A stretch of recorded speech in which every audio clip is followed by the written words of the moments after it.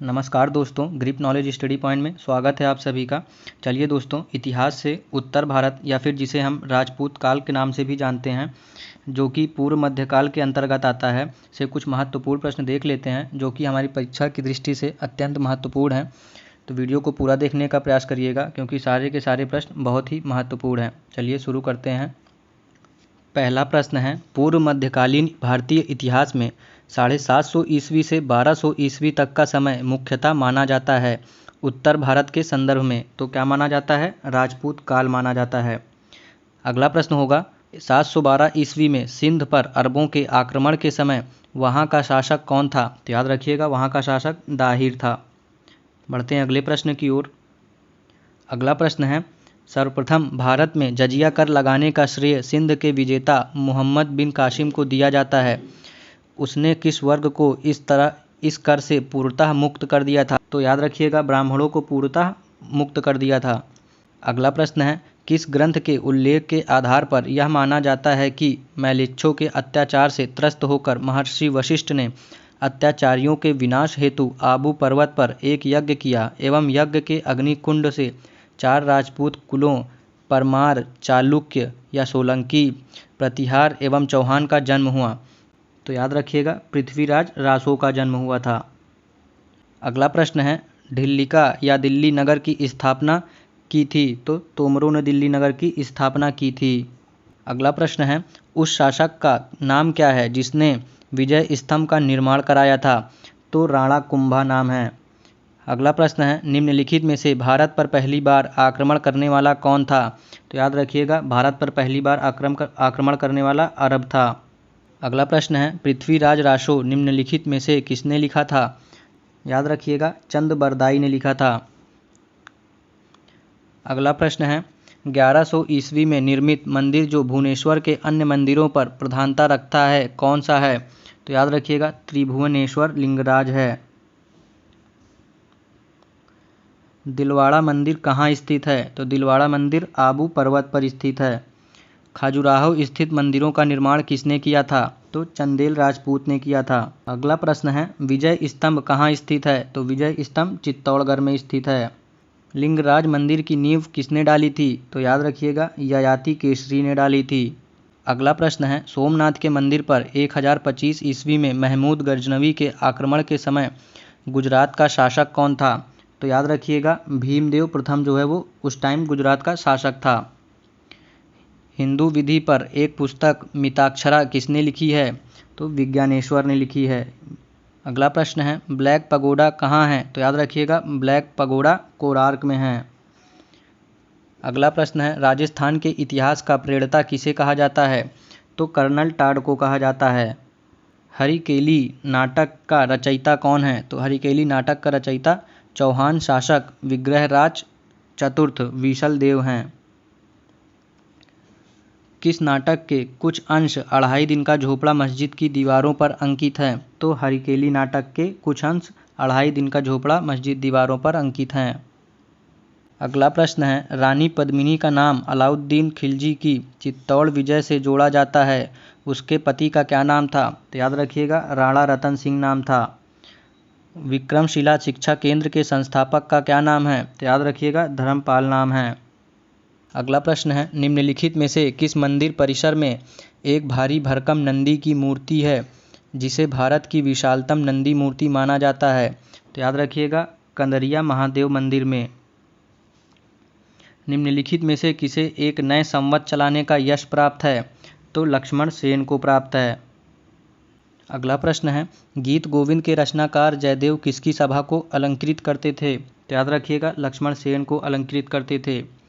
किसने सोमपुर महाविहार का निर्माण कराया था? तो धर्मपाल ने कराया था।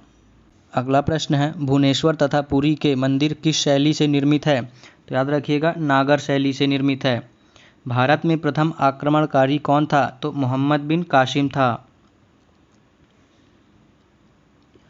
जगन्नाथ मंदिर किस राज्य में है? तो उड़ीसा राज्य में है जगन्नाथ मंदिर। पुरी में स्थित कोणार्क के विशाल सूर्यदेव के मंदिर के निर्माता कौन थे? तो नरसिंह प्रथम थे। अजयपाल संस्थापक थे? तो अजयपाल अजमेर के संस्थापक थे। निम्नलिखित में से कौन कविराज के नाम से विख्यात था? तो भोज परमार जो है वो कविराज के नाम से विख्यात था। अगला प्रश्न है, सम्रांगण सूत्रधार का विषय है? तो सम्रांगण सूत्रधार का विषय सत्यापथ शास्त्र है। अगला प्रश्न है, उसकी मृत्यु से धारा नगरी, विद्या और विद्वान तीनों ही निराश्रित हो गए।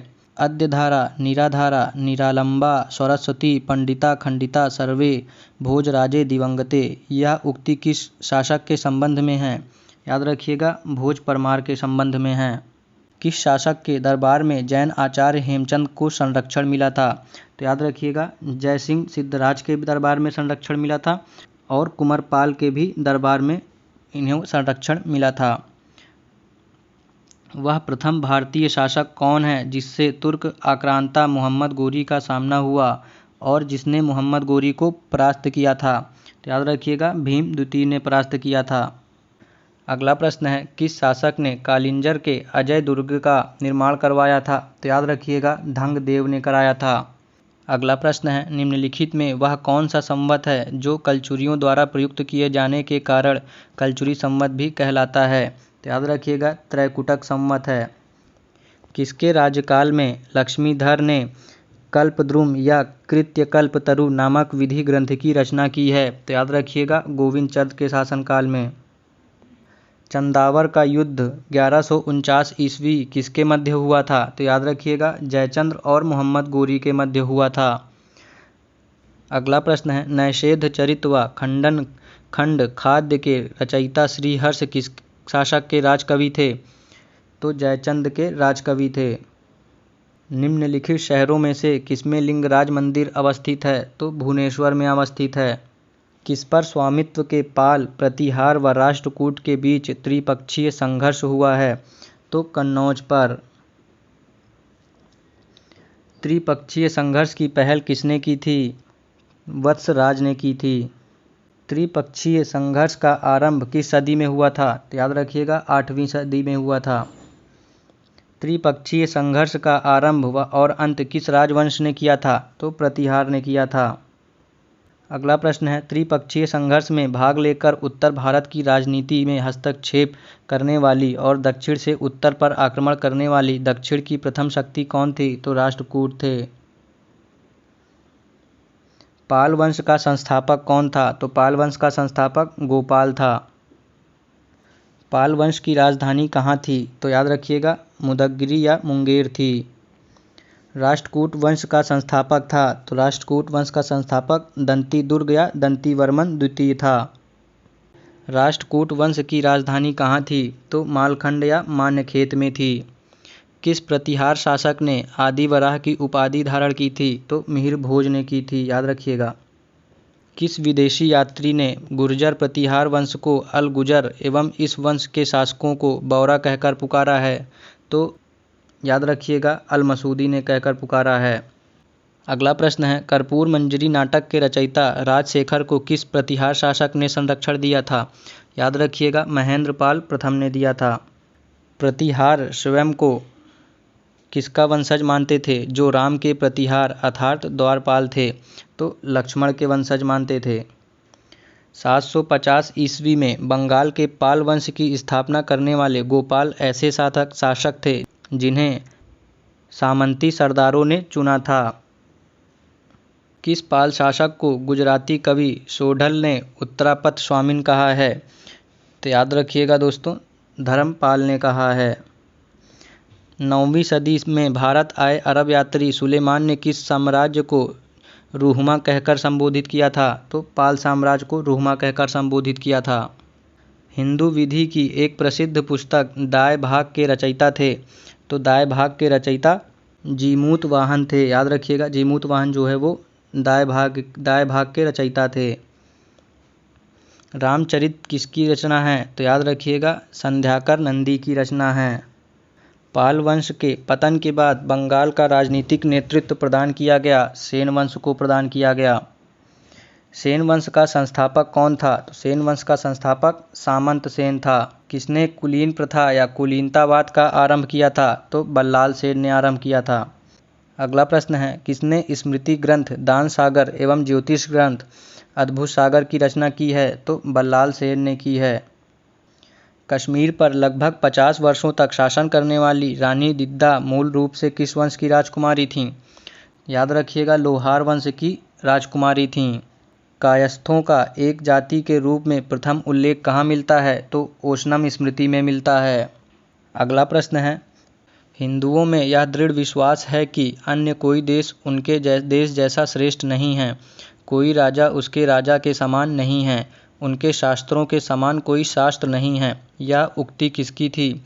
तो याद रखिएगा, अलबरूनी की थी। गुर्जर प्रतिहार के उज्जैनी शाखा का संस्थापक कौन था? तो नागभट्ट प्रथम था। खजुराहो के मंदिर का संबंध है? तो याद रखिएगा, शैव संप्रदाय से संबंध है, वैष्णव संप्रदाय से संबंध है और जैन संप्रदाय से भी संबंध है। अगला प्रश्न है, जैन वास्तुकला का प्राचीनतम उदाहरण कहाँ मिलता है? तो याद रखिएगा, दिलवाड़ा में मिलता है। अगला प्रश्न है, ओदंतपुरी विश्वविद्यालय बिहार शरीफ नालंदा जिला का मुख्यालय बिहार का संस्थापक कौन था? तो याद रखिएगा, गोपाल था। मोढेरा का सूर्य मंदिर किस राज्य में स्थित है? तो गुजरात में स्थित है। अगला प्रश्न है, कल्हड़-कृत राजतरिंगड़ी में कुल कितने तरंग हैं? तो 8 तरंग हैं। याद रखिएगा, 8 तरंग हैं। आशा करता हूं दोस्तों आप लोगों को वीडियो पसंद आई होगी। वीडियो पसंद आई हो तो ज़्यादा से ज़्यादा लोगों को शेयर करिए और चैनल को सब्सक्राइब करिए। धन्यवाद।